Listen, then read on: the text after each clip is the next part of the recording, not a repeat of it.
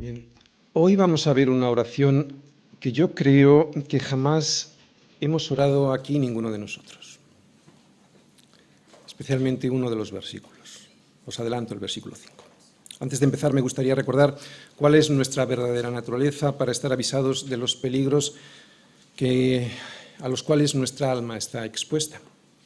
Lo digo porque hoy puede haber personas que escuchen por primera vez el Evangelio y se sorprendan al oír que no hay bueno ni aun uno.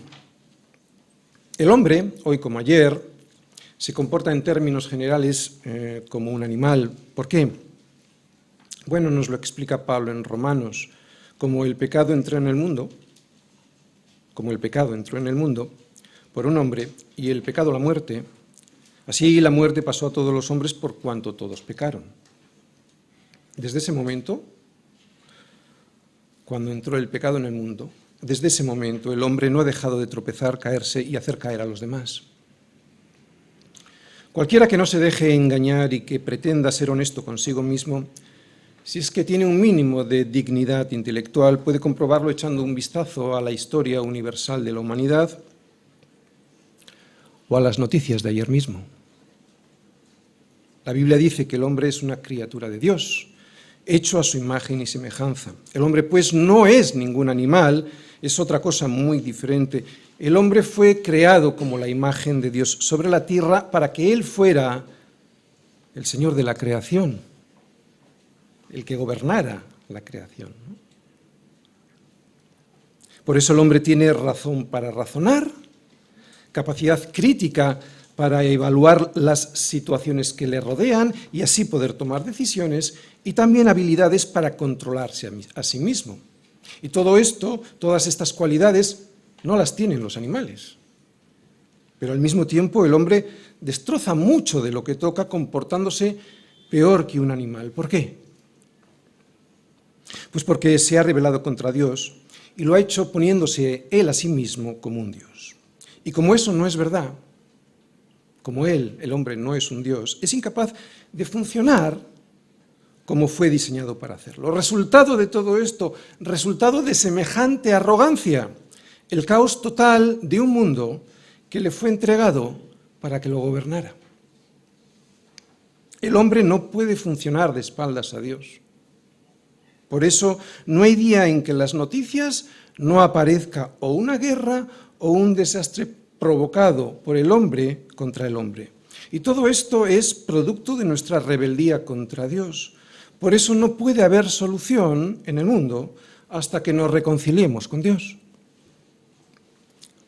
Tendemos a creer que el progreso material va acompañado siempre por un progreso moral y ético, y eso no es cierto. Es más, a veces el progreso material va acompañado de alarmantes retrocesos morales. La Primera y la Segunda Guerra Mundial son ejemplos paradigmáticos de esto. Solo podemos vivir adecuadamente cuando nos sometemos a Dios y a su voluntad. Cuando vivimos independientes de Él, fracasamos porque despreciamos el verdadero propósito de nuestra vida, que no es otro que el de escuchar a Dios a través de su palabra, servirle a través de un cuerpo que es la Iglesia y darle la gloria a través de la obediencia. Desde la caída, el hombre siempre ha sido rebelde, pero hoy esta rebelión contra Dios, yo creo que como es más evidente, es más aberrante si cabe. Dios nos creó con una forma determinada, nos creó de una forma determinada, poniendo en nosotros y en la naturaleza que nos rodea unas leyes que deben ser cumplidas.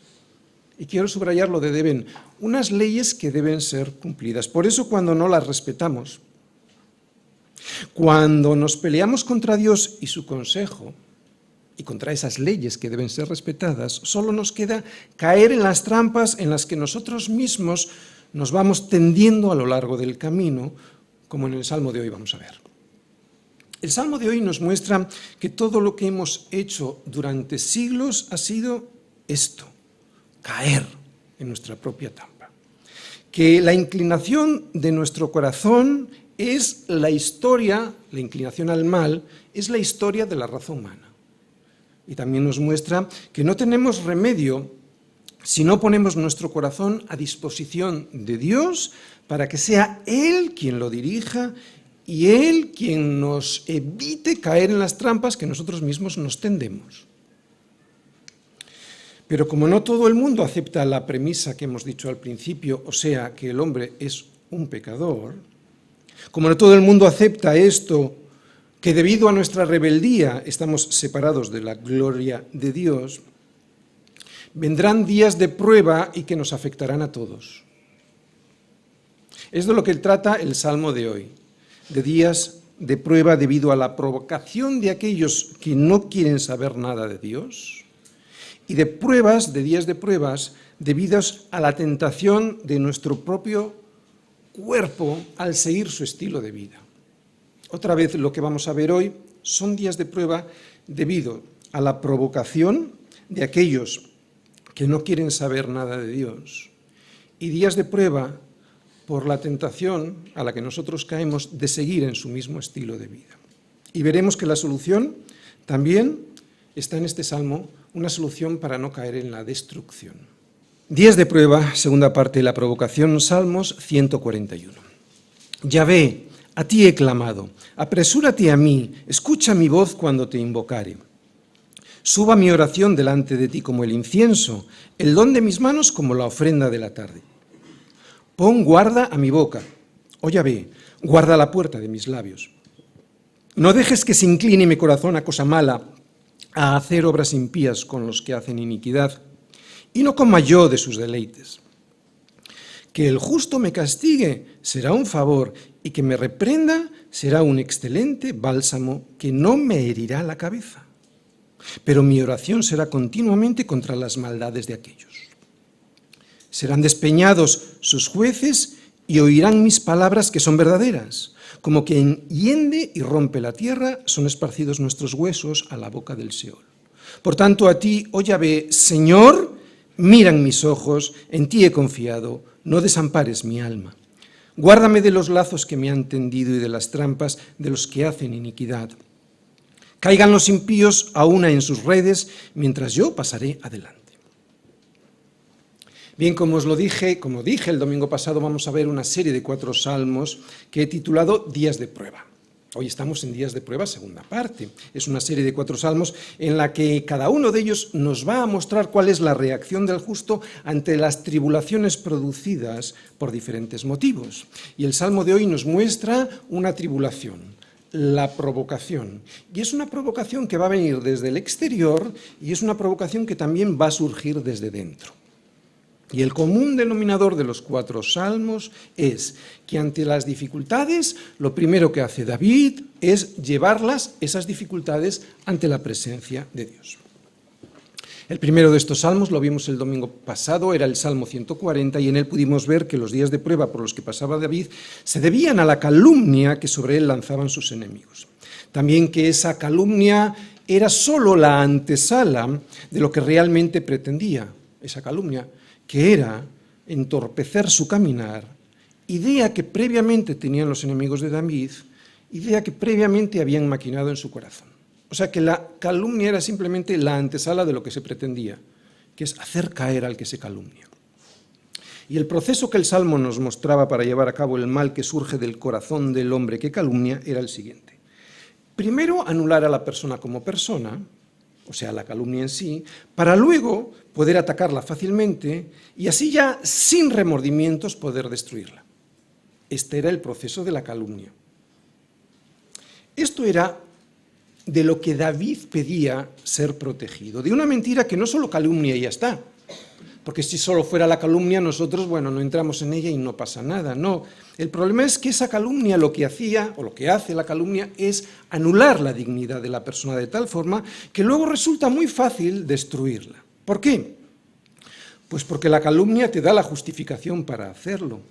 Es malo, es tonto, no merece la pena que viva. Incluso la calumnia ayuda a justificar el mal una vez cometido ya, ¿no? ¿Por qué? Porque hay veces que cuando cometes el mal, la conciencia sigue acusándote. Entonces, si sigues calumniando, esa conciencia puedes llegar a tranquilizarla, narcotizarla o incluso anularla, ¿no? ¿Por qué? Por lo que acabamos de decir, porque la conciencia que ha sido puesta por Dios en nosotros va a seguir trabajando en el corazón del malo.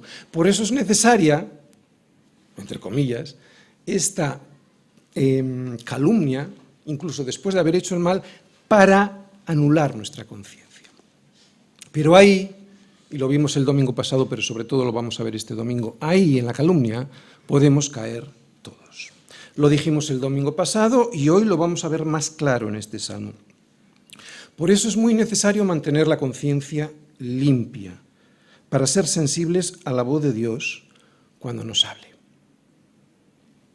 Conciencia que solo es posible mantener limpia aquí, en este mundo, según la idea original de Dios para el hombre, a través de su palabra, a través del Espíritu Santo para que nos haga entender lo que dice su palabra y a través de la comunión de unos con otros en la Iglesia. Y este último punto va a ser muy importante, va a ser central en el Salmo de hoy, es lo que nos va a hablar el versículo 5. De hecho, esta comunión con Dios, como vamos a ver en David, y con el resto de los justos, es la forma en la que David responde en el Salmo de hoy al ver el peligro al que está siendo sometida su alma, ¿no? O sea, las redes que el enemigo quiere tenderle para que caiga y no pase adelante. Así que aquí está la solución en tener comunión con Dios, tener comunión con los justos del Señor. David en este salmo tenía un enemigo. Era un enemigo físico que podía ver. Nosotros también tenemos un enemigo. En nuestro caso no es un enemigo que podamos ver, porque como dice Pablo en Efesios, no tenemos lucha contra sangre ni contra carne, sino contra principados, contra potestades, contra los gobernadores de las tinieblas de este siglo, contra huestes espirituales de maldad en las regiones celestes. Por eso, para entender mejor este salmo de hoy para nosotros, es por lo que comencé la predicación hablando de cuál es el problema del hombre en este mundo caído. Comencé así para que sepamos que desde el mismo momento de hoy hasta que el Señor nos lleve con Él, si Él no regresa antes, vamos a estar luchando en esta lucha espiritual. Vamos a tener que tener muy claro que es una lucha contra un mundo que pretende arrebatarnos nuestra confianza, nuestra fe en el Señor, y que lo va a hacer, atención, por las buenas o por las malas, o con calumnia o con provocación. Provocación que puede venir desde el exterior o también una provocación que puede venir desde nosotros mismos, desde dentro, desde el interior. Por eso David ahora, y después de haber clamado por la liberación de aquellos que pretendían hacerle caer a través de la calumnia, Salmo 140, resulta que ahora por lo que clama es para que no sea él quien calumnia a los demás, para que su corazón no se incline al mal, y para que no llegue a tener comunión con aquellos que disfrutan de la calumnia y del mal que provoca esa calumnia. Y lo va a hacer reconociendo a Dios como su Señor y el único que puede ayudarle a no caer en esa provocación a la que todos nos vemos expuestos. Y que lo va a hacer a través de la comunión con Él. O sea, David va a luchar contra eso a través de la comunión con Dios y también a través de la comunión con sus hermanos, nunca con los malos. Por lo tanto, será este el esquema de la enseñanza del Salmo de hoy. Fijaros, primera parte, debo ser consciente de mi situación, versículos 1 al 4. ¿Para qué? Para la segunda parte, aceptar la corrección, versículo 4. Para la tercera parte, no caer en la destrucción de los malos, versículos del 6 al 7, y para que, cuarta parte, pueda refugiarme en su misericordia, versículos del 8 al 10. ¿Acaso alguna fuente hecha por la misma abertura agua dulce y amarga? En nuestro caso muchas veces sí, ¿verdad? Por eso hay que pedirle al Señor algo. Hay que pedirle al Señor que reconozco que el mal que me rodea puede llevarme a la destrucción y que mi corazón me puede inclinar al mal. Por eso, Señor, si reconozco esto, apresúrate. Si no lo reconozco, es imposible que me apresure o pedir que el Señor se apresure. Necesito reconocer mi problema para poder decir, como dice David al Señor, apresúrate, Señor, a socorrerme. Versículos del 1 al 4. Primera parte, debo ser consciente de mi situación. Yahvé, a ti he clamado, apresúrate a mí, escucha mi voz cuando te invocare, suba mi oración delante de ti como el incienso, el don de mis manos como la ofrenda de la tarde. Pon guarda a mi boca, oh Yahvé, guarda la puerta de mis labios. No dejes que se incline mi corazón a cosa mala, a hacer obras impías con los que hacen iniquidad, y no coma yo de sus deleites. Bien, fijaros, los versículos 1 y 2 son la oración en sí, y los versículos 3 y 4 lo que nos muestran son los motivos de la urgencia de esa oración. David pide con urgencia a Dios algo de lo que debo ser consciente. ¿Y qué es eso de lo cual debo ser consciente? Pues de la inclinación que hay en mi corazón a hacer el mal, versículo 4, y también de que ese mal comienza saliendo por mi boca en forma de calumnia, versículo 3. No hay nadie bueno, no hay ni siquiera uno, ¿verdad? Esto lo sabía David, por eso clama con urgencia. Fíjate si lo sabía David, que lo dijo antes que Pablo. De hecho, Pablo se inspira en estas palabras de David, que ahora vamos a leer, que las podemos ver en dos de los salmos, en el Salmo 14 y en el Salmo 53. Todos se desviaron, a unas se hicieron inútiles, no hay quien haga lo bueno, no hay ni siquiera uno. Estas mismas palabras, como os acabo de decir, son las que luego Pablo les dice a los romanos para explicarnos a todos que tenemos una necesidad, a todos, que tenemos una necesidad urgente, la del arrepentimiento permanente. A David le vemos constantemente arrepintiéndose. Tenemos una necesidad urgente todos, la del arrepentimiento permanente. Por eso David ora así, con urgencia, para evitar caer en donde sabe, si no lo sabe no puede orar con urgencia, ¿verdad? En donde sabe que puede caer porque sabe que no hay quien haga lo bueno, no hay ni siquiera uno. Especialmente cuando alguien está sufriendo persecución. ¿Sabías? Cuando alguien está sufriendo persecución, ¿por qué? Porque la persecución prueba nuestra confianza en Dios. Y entonces nos escapamos de hacer el bien, de estar con el Señor.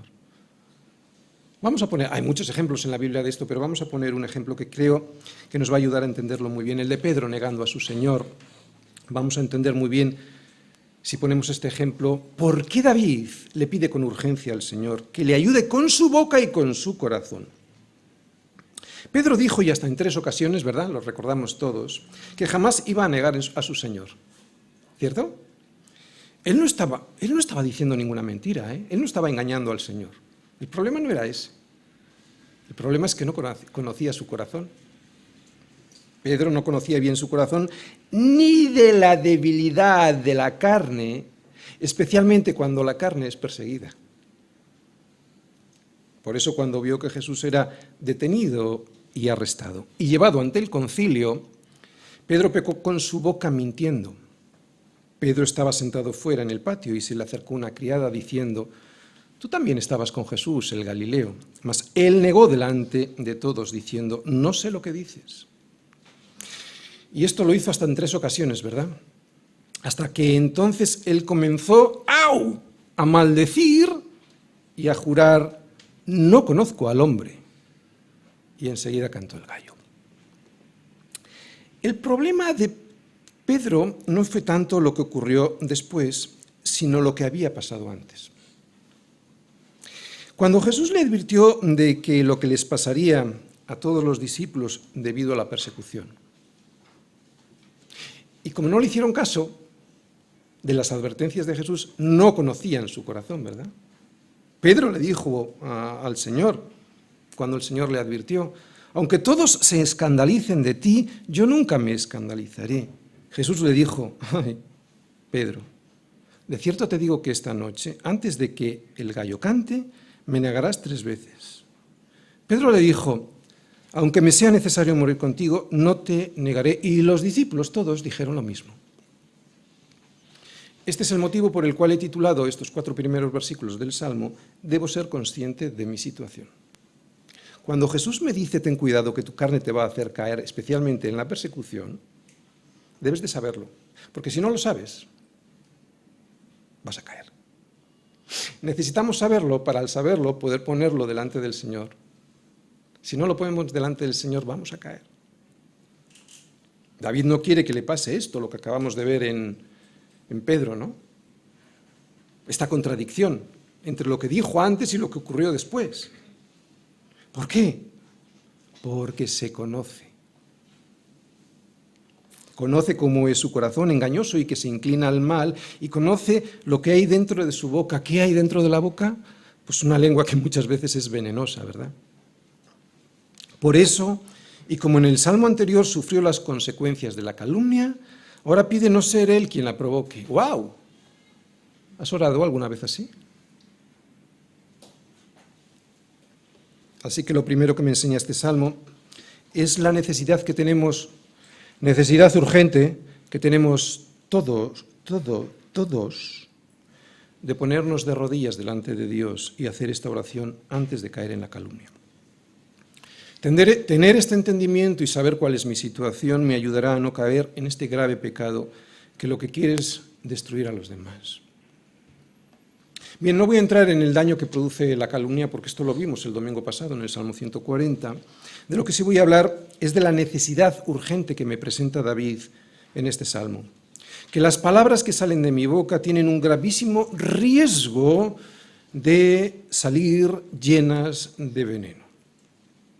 Bien, hay dos formas de herir con las palabras que salen de la boca. Hay dos formas, diciendo la verdad o diciendo una mentira. Diciendo con ellas, con las palabras, la verdad, cuando se dicen sin amor, o diciendo las palabras con una mentira que lleve a la calumnia, y esa calumnia te lleve a la destrucción. Palabras de verdad, palabras de mentira. De verdad. Es muy difícil decir una verdad que ayude al otro para que no tropiece y caiga y decirla sin que dañe. Es muy difícil. Otra vez, es muy difícil decir palabras llenas de verdad que ayude al otro para que no tropiece y caiga y decirlas, esas palabras, sin que dañe. Depende muchas veces de la forma de decirlas, de la intención con las que decimos esa verdad y de la autoridad que uno tiene al decirlas, ¿no? ¿La autoridad qué es? La autoridad es ese denuedo, o sea, esa libertad en el habla de aquel que vive lo que predica. Denuedo es esto, libertad que uno tiene de decir las cosas porque lo que predica, eso vive. Depende de eso, que la verdad no haga daño, pero también depende, y mucho, de la humildad de quien escucha la verdad. Esto con respecto a las palabras de verdad, pero este salmo nos habla sobre todo de palabras de mentira. Palabras de mentira. Sobre todo, como digo, el salmo de lo que nos habla es de la mentira que lleva a la calumnia, o sea, de esa intención maligna que anida en el corazón y que sale por la boca en forma de calumnia. Es de este tipo de pecado del que David pide ser consciente en su propia vida, ¿no? Y por el cual le pide al Señor de forma intensa, fíjate cómo lo pide, y ahora vamos a analizarlo. Suba mi oración delante de ti como el incienso. O sea, no es una oración que va a subir delante del Señor de cualquier manera, va a subir como el incienso. David, aunque nunca conoció a Santiago ni leyó su carta, sabe que la lengua es un fuego, un mundo de maldad. La lengua está puesta entre nuestros miembros y contamina todo el cuerpo e inflama la rueda de la creación, y ella misma es inflamada por el infierno. Por eso le pide ayuda con urgencia, porque se conoce y sabe cómo es su lengua. Y lo hace como el incienso. No es una oración para cubrir el expediente. Es como el incienso. Yo creo que nunca hemos orado así. La imagen es muy gráfica porque el incienso solo funciona cuando se enciende. Lo que nos muestra pues la imagen del incienso es que la oración de David se enciende como un fuego por el Espíritu Santo. Y encendiendo esta oración para que llegue como un olor grato al Señor. No es una oración de trámite, es una oración realmente de clamar para que no caiga en esta provocación. No hay que encender incienso, ¿verdad? Bueno, si quieres, por ambientar tu casa puedes. Pero en Apocalipsis 5:8 vemos, o sea, en el Nuevo Testamento vemos la explicación de lo que en sombra quería decir esto en el Antiguo Testamento, ¿no? En Apocalipsis 5:8 vemos que el incienso no es lo que vemos en la Iglesia católica o en la Iglesia ortodoxa. Nada tiene que ver ese rito inútil con el incienso, con lo que el Señor nos está enseñando como una sombra en este salmo. En Apocalipsis 5:8 vemos cómo las copas de oro llenas de incienso que han llegado al cielo son, ¿qué son esas copas llenas de incienso? Son las oraciones de los santos. Así que, ¿qué es el incienso? Son nuestras oraciones. La imagen del incienso en este salmo es lo que nos muestra David y su oración. Vamos a intentar explicarlo. Hay un quebrantamiento como el quebrantamiento, el desmenuzado, el molido, hacer polvo el incienso antes de quemarlo. Es cierto que David no tenía un animal para sacrificar en ese momento para que subiera ese olor grato al Señor junto con el incienso, pero sí que sacrifica algo David. David lo que hace en ese momento es sacrificar su propio yo, su carne, junto con la oración, junto con el incienso. Su propia carne que le pide hablar más de la cuenta. Sacrificio que presenta junto al incienso de la oración, ¿entendéis? Como imagen del Antiguo Testamento, lo que hay que hacer. Nosotros no presentamos sacrificios animales. ¿Cuál es nuestro sacrificio? Ya fue hecho Cristo, pero nosotros morimos con Él, ¿no? Nuestro sacrificio a nosotros mismos, nuestro yo, nuestro egoísmo, junto con la oración como incienso. Así que aquí lo que vemos es cómo desmenuza su alma delante del Señor y cómo con el fuego del Espíritu enciende una oración cuyo humo que va subiendo desprende, o lo que vemos con ese humo es el fervor, que es como el humo subiendo hasta el cielo, sacrificando al mismo tiempo sus deseos engañosos de un corazón que él mismo dice que se inclina hacia el mal. Este es el sacrificio agradable al Señor con respecto a las oraciones, ¿entendéis? Creo que no sabemos orar. Yo el primero, creo que no sabemos clamar. A no ser que tengamos un problema grave, yo no he clamado así en mi vida. Creo que este es un buen ejemplo para nosotros a la hora de preparar nuestra oración ante Dios, porque es ahora cuando viene la oración en sí. Fijaros, versículos 3 y 4.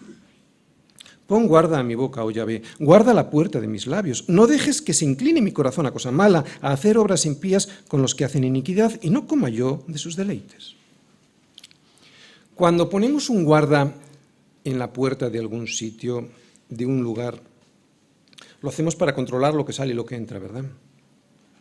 Y cuando lo hacemos es porque somos conscientes de que existe alguna posibilidad real de peligro en esa entrada o en esa salida. No custodiamos algo que no necesite ser protegido. Bien, David pide que sea Dios mismo quien le ponga un centinela en su boca, porque sabe lo que tiene en su boca. Tiene una lengua que puede ser un arma muy peligrosa. La lengua es un arma que puede causar gran dolor. David lo sabía. David lo sabía porque en el salmo anterior David había sido atacado con calumnias, y cuando alguien es atacado así, ¿sabes cómo suele responder? De la misma manera. Y como lo sabe, lo pone delante del Señor. Esto es de lo que él pide ser librado. ¿Has orado alguna vez así? No sabemos clamar. Por toda la Biblia vemos cómo las palabras de ira, de enojo y de enfado pueden ser terriblemente dañinas. Por eso David pide la protección de Dios para no caer ahí, para no caer en la venganza que él mismo había sufrido y que vimos en el salmo anterior. Y es que un hijo de Dios, después de haber metido la lengua donde no debía, pues luego se lamenta. Y ese lamento viene acompañado de un dolor intenso en el corazón. Y ojalá, porque entonces no es un hijo de Dios. Cuando alguien mete la lengua donde no debe, o sea, cuando alguien, por ejemplo, calumnia, luego se lamenta, y ese lamento viene acompañado, o debiera venir acompañado por un dolor intenso en el corazón, porque sabemos que ya es muy difícil conseguir que el mal que hemos hecho en la persona desaparezca.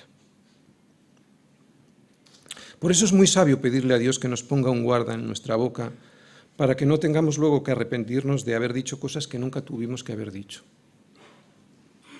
Y ese defecto es algo tan habitual en nosotros que es una oración que no solo debiéramos hacer por las mañanas antes de levantarnos, sino, como vemos en David, también por las tardes. O sea, debiera ser una oración que siempre está en nuestra boca, ¿verdad? La Biblia nos dice que ningún hombre puede domar la lengua por sí solo. Y si lo dice la Biblia, créelo.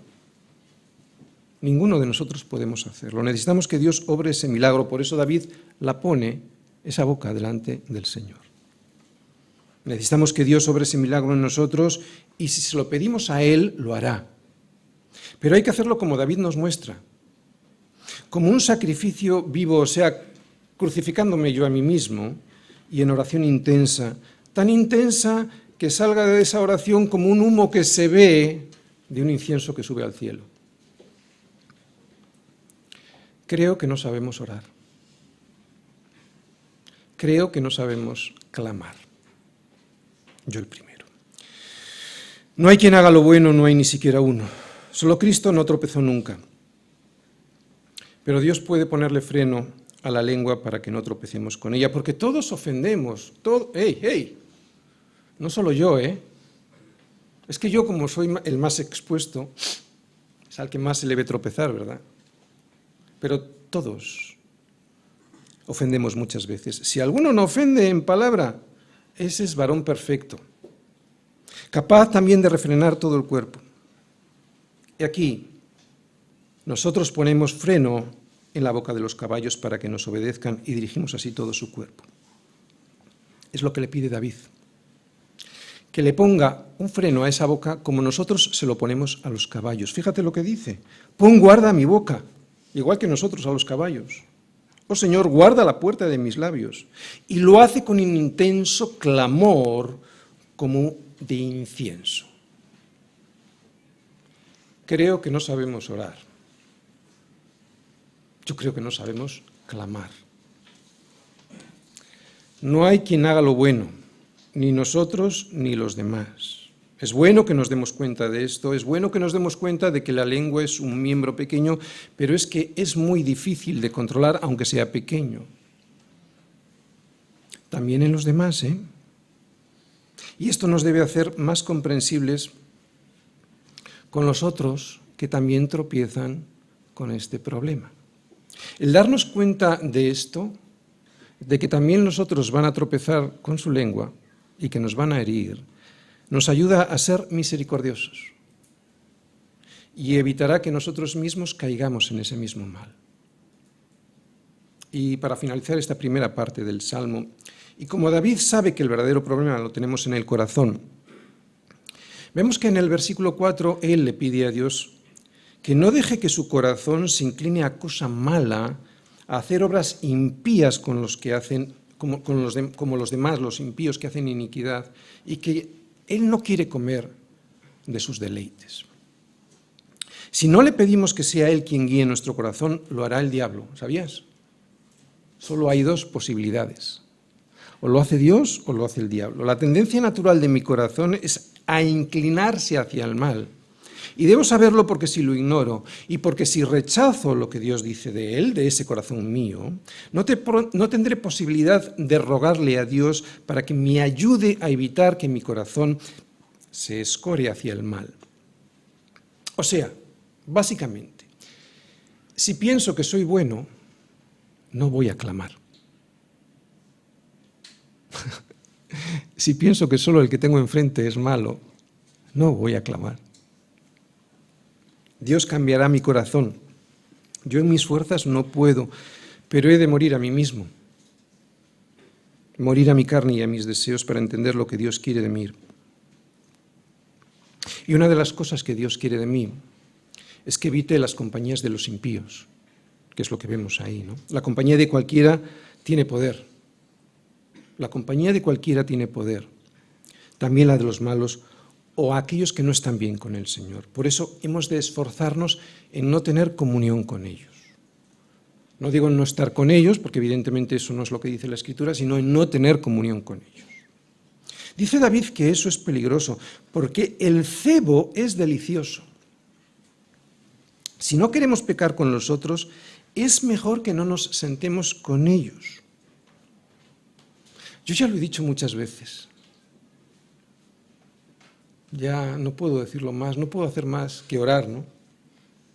Si yo no entiendo, porque no quiero escuchar a Dios a través de su palabra, o porque escucho algo diferente a lo que Él me está diciendo, Dios es misericordioso. ¿Por qué? Porque Él me va a ofrecer otra misericordia, que es la de que algún hermano, algún justo del Señor, me ayude a corregir esa inclinación que tiene mi corazón hacia el mal. Versículo 5 y la parte central de la predicación de hoy. Segunda parte, debo aceptar la corrección. Que el justo me castigue será un favor y que me reprenda será un excelente bálsamo que no me herirá la cabeza. Pero mi oración será continuamente contra las maldades de aquellos. ¿Has entendido este versículo? La mayoría de las personas que se marchan de las iglesias con sana doctrina lo hacen por este motivo. Y es que una iglesia no solo ha de estar para enseñar, ha de estar para corregir.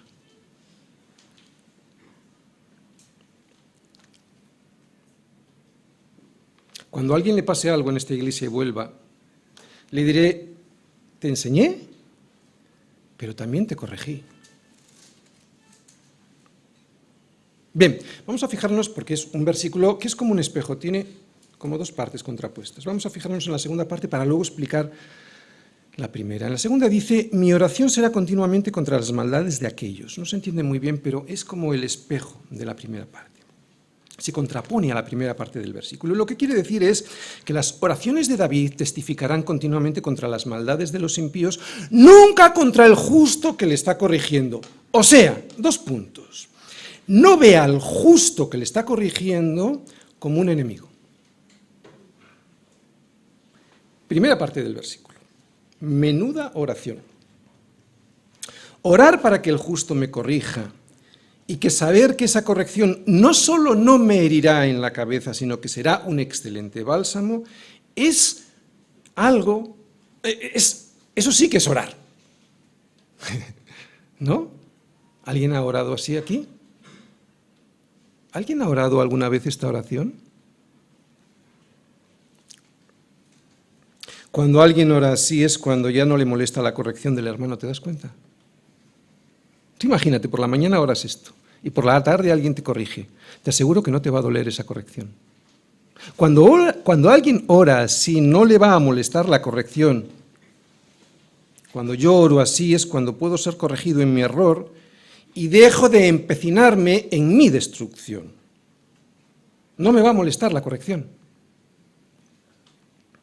Como pastor lo he comprobado muchas veces. Aquel que vive, y digo vive, no solo está, porque estar es algo circunstancial. Yo estoy hoy y mañana no estoy.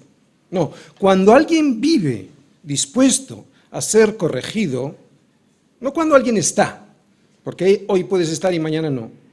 Digo cuando alguien vive, porque esto es lo que vemos en la oración, alguien que está viviendo en ese deseo.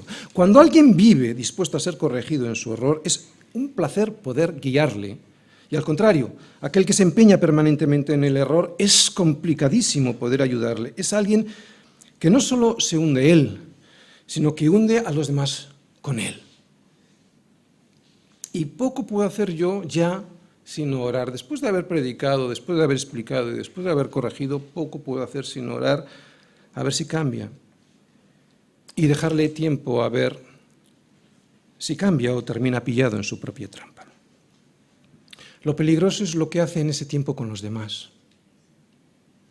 con los que son débiles y que lo que ven en ese error es una virtud. Pero como he dicho antes, yo ya poco puedo hacer en esos casos. Como en el salmo anterior he subrayado, y en este salmo solo he subrayado eso, no porque sea lo único importante, todo el salmo es importante, sino porque me parece lo fundamental, he subrayado la cabeza. ¿Recordáis que en el Salmo 140 también lo hice? Decía David en el Salmo anterior que para que las balas de la calumnia no le matasen, el Señor había puesto a cubierto su cabeza. Y veíamos que la cabeza es el miembro que Satanás atacará sin piedad, para que de esa manera él pueda tener a su disposición todo el cuerpo. Y que en la cabeza residía, se incrustaba, como quien dice, el regalo más precioso que Dios nos ha dado, que era la salvación.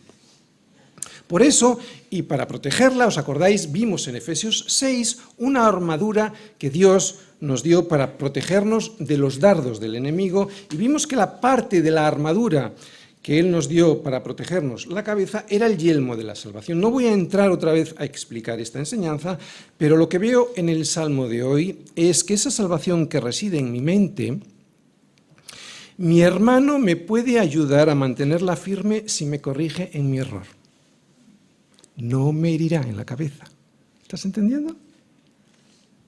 Leo de nuevo lo que dice David, porque ahora yo creo que lo vamos a entender mejor. Fíjate, que el justo me castigue será un favor, y que me reprenda será un excelente bálsamo que no me herirá la cabeza.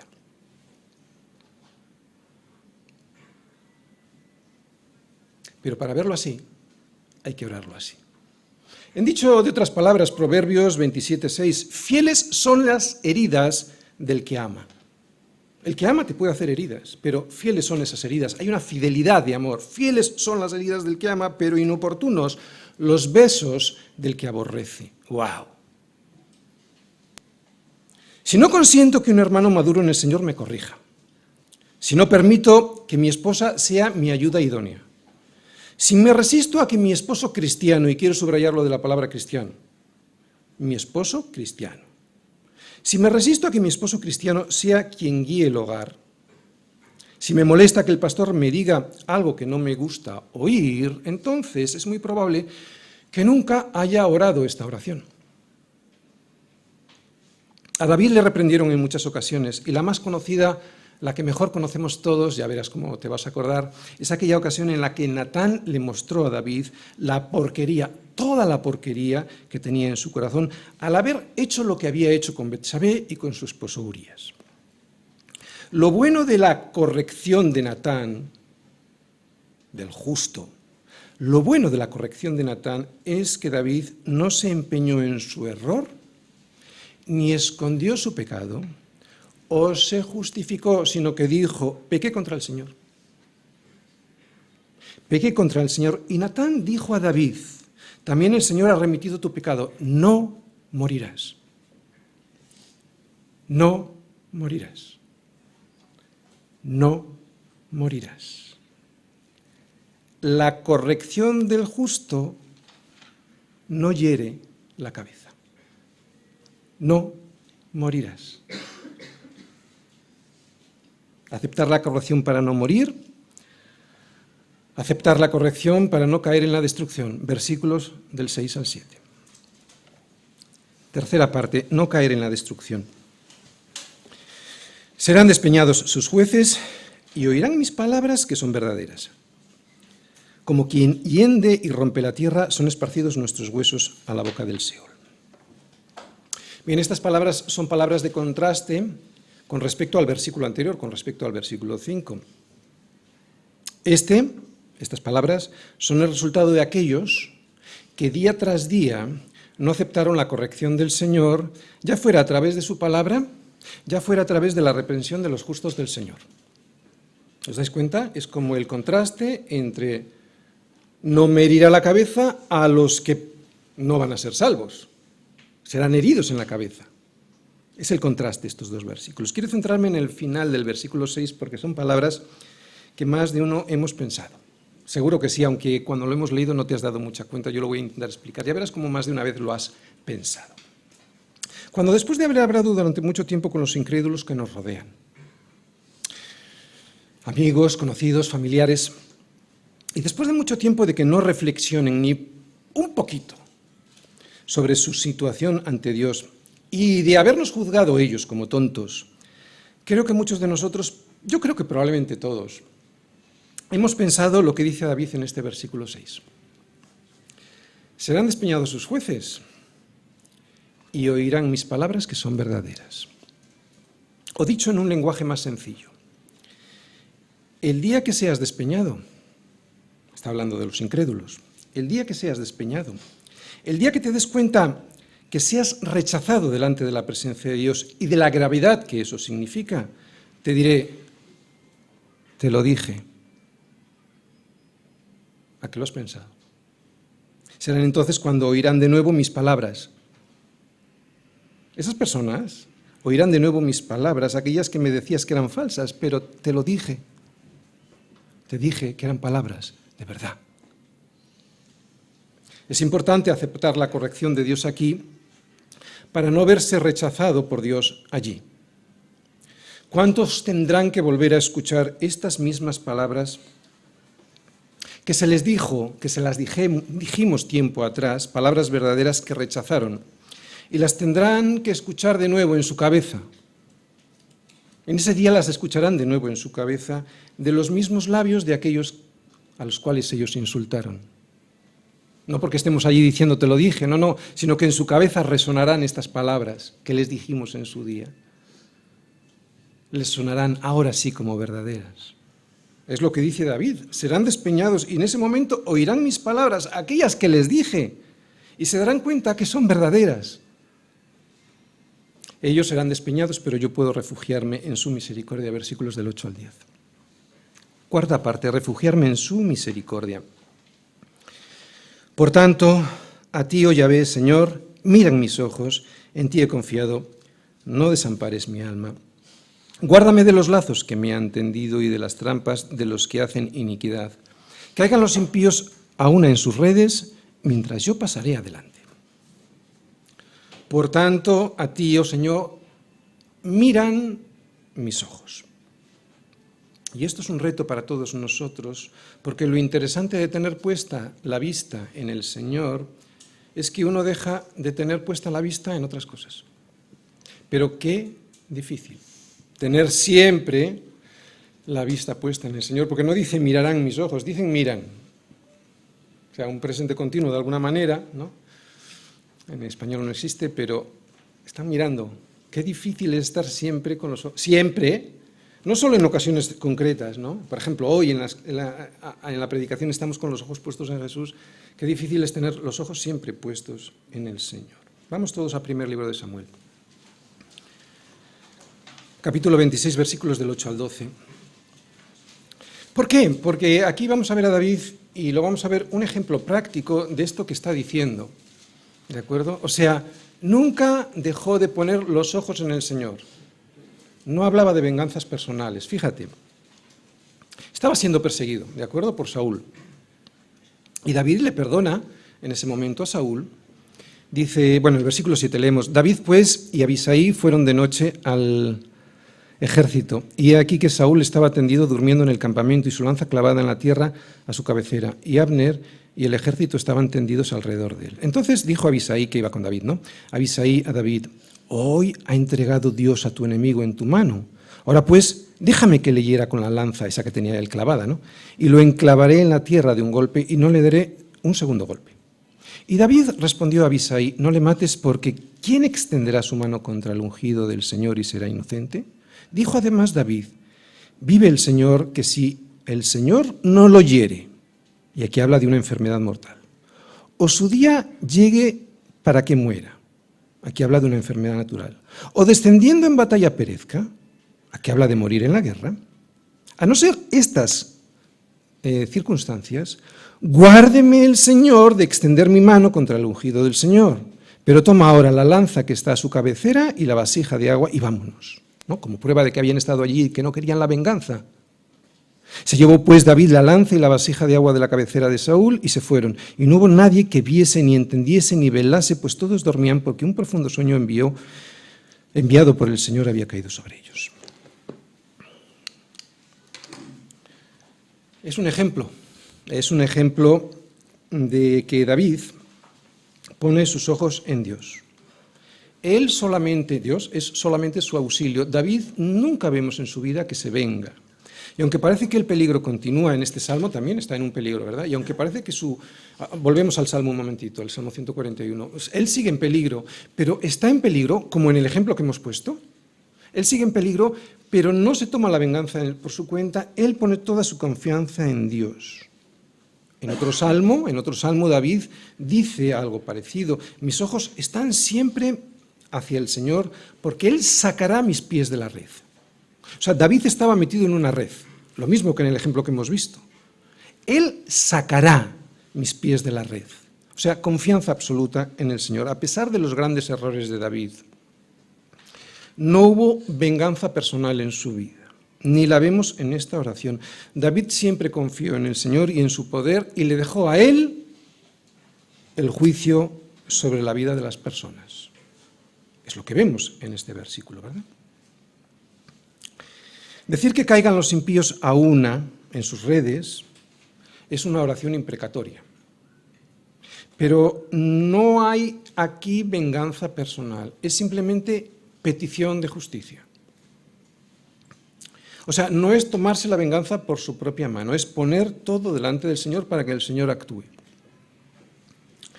De la primera parte del Salmo vimos que David oraba a Dios con urgencia y le decía sus peticiones. ¿Recordáis? Le pedía que le guardara de su propia boca y que no le dejara que su corazón se inclinase al mal. Esto es lo que veíamos en la primera parte. Y lo que vemos ahora es que confía en que Dios lo hará. Primero había una petición, luego también una confianza en que el justo no le herirá en la cabeza con la reprensión, y confía en que el Señor así lo hará. ¿No? Es una oración de confianza que él ni los malos que le rodean se saldrán con la suya. Confía en que Dios es su Dios y también el Dios de ellos, aunque lo rechacen. Porque aquí lo que vemos es pura soberanía. Dios va a actuar, sí o sí, también sobre ellos, ¿no? Qué difícil es para nosotros aceptar esto. Entenderlo entendemos muy bien. No es tanto un problema de entender, es un problema de aceptar que la soberanía de Dios es algo que va a cumplir Él. Por orgullo nos resulta difícil rendirnos a su soberanía. Pero cuando uno se rinde a su soberanía, entonces es una gozada. Y se puede decir lo que vemos que dice David en el último versículo, que los impíos caerán en sus redes, es pura soberanía del Señor. Fijaros, en sus redes. O sea, las redes que ellos mismos tendieron, en esas van a caer. Mientras yo pasaré adelante, pura soberanía, el Señor lo hará todo.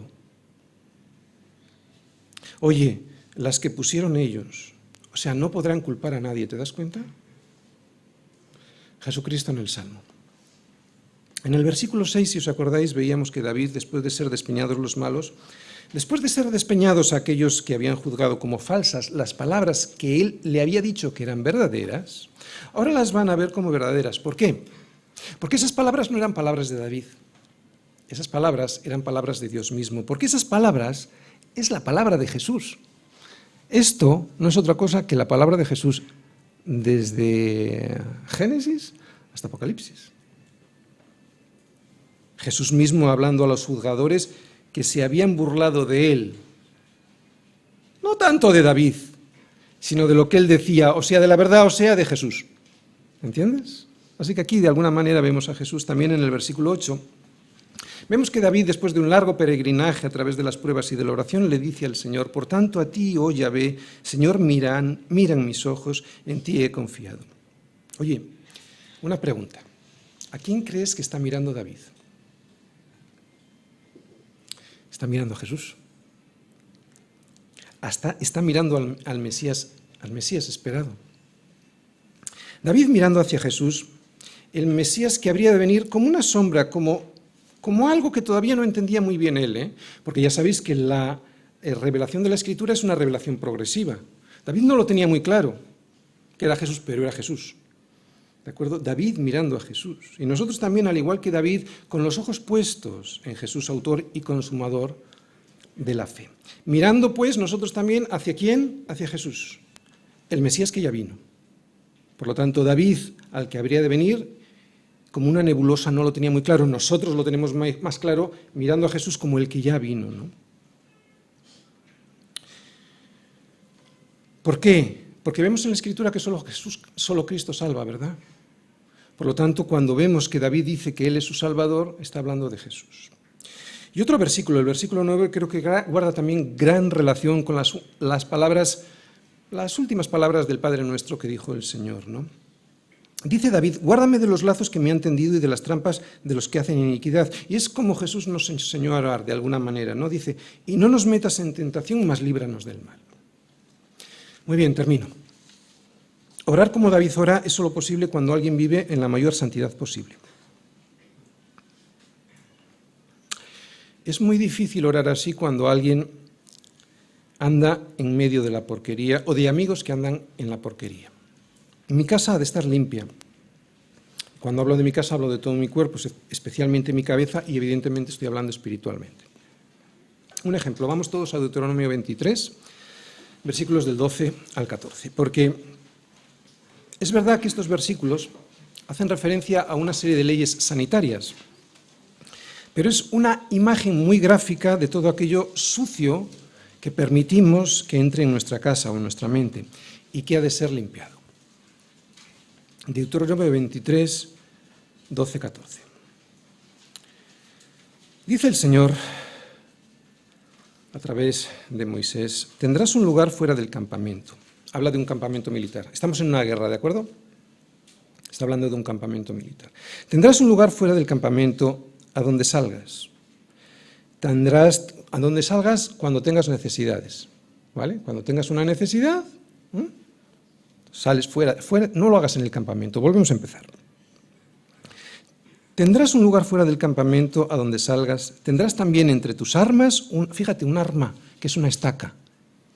Tendrás entre tus armas una estaca, y cuando estuvieres allá afuera, cavarás con ella, y luego al volverte cubrirás tu excremento. Porque el Señor tu Dios anda en medio de tu campamento para librarte y para entregar a tus enemigos delante de ti. Por tanto, tu campamento ha de ser santo para que Él, el Señor, no vea en ti cosa inmunda y se vuelva en pos de ti. Para vivir así, tengo que aceptar su soberanía, rendirme a la voluntad de Dios y, por lo tanto, hacerle caso. ¿Por qué digo esto? Él sabe lo que me conviene. Mira, hay que recordar que estas leyes sanitarias hoy nos parecen no solo básicas, o sea, lo que acabamos de leer, enterrar los excrementos y de hacerlo fuera de casa, por decirlo de alguna manera, hoy nos parece no solo básico, sino lo mínimo que se le puede pedir a alguien en cuanto a la higiene personal. Hoy nos parece elemental. Pero, ¿sabes? Ellos no lo sabían. Todo lo que nosotros conocemos en cuanto a la higiene personal, prácticamente a finales del siglo XIX, principios del XX, se empezó a conocer todas estas posibilidades de infecciones, etc. Otra vez, ellos esto no lo sabían. Y aunque nos parece difícil de entenderlo, obedecían a Dios sin entender cuál era el fin último de ese propósito, que no era otro que el evitarles las infecciones que les iban a llevar a la muerte. O sea, obedecer lo que igual no entiendes muy bien para evitar la muerte. A ellos, si se lo explicas, no lo hubieran entendido. En aquella época ponte a explicar, ¿no?, las implicaciones que tenía la falta de higiene en cuanto a contaminación de microbios, etc. No lo iban a entender. Simplemente el Señor les expuso una norma, una ley que debían obedecer, y sin entenderlo, lo obedecían. A mí también me puede pasar lo mismo, ¿verdad?, con las cosas que el Señor me dice en su palabra, cosas que son elementales, pero que a mí me pueden parecer un absurdo. ¿Por qué el Señor me pide esto? Por eso he de aceptar lo que Dios me dice en su palabra, aunque no lo entienda. Y también tengo que aceptar que alguien me puede llegar a decir que hay excrementos en mi campamento. También tengo que aceptar que alguien me pueda decir que hay excrementos en mi campamento para que de esa manera los pueda limpiar y evitar que las infecciones me enfermen y me maten. ¿Seremos capaces de pedir esto que vemos en David al Señor? Que ponga guarda en la boca de nuestra boca, que nuestro corazón no se incline a cosa mala y que el justo me corrija. ¿Seremos capaces de pedirlo aunque no lo entendamos?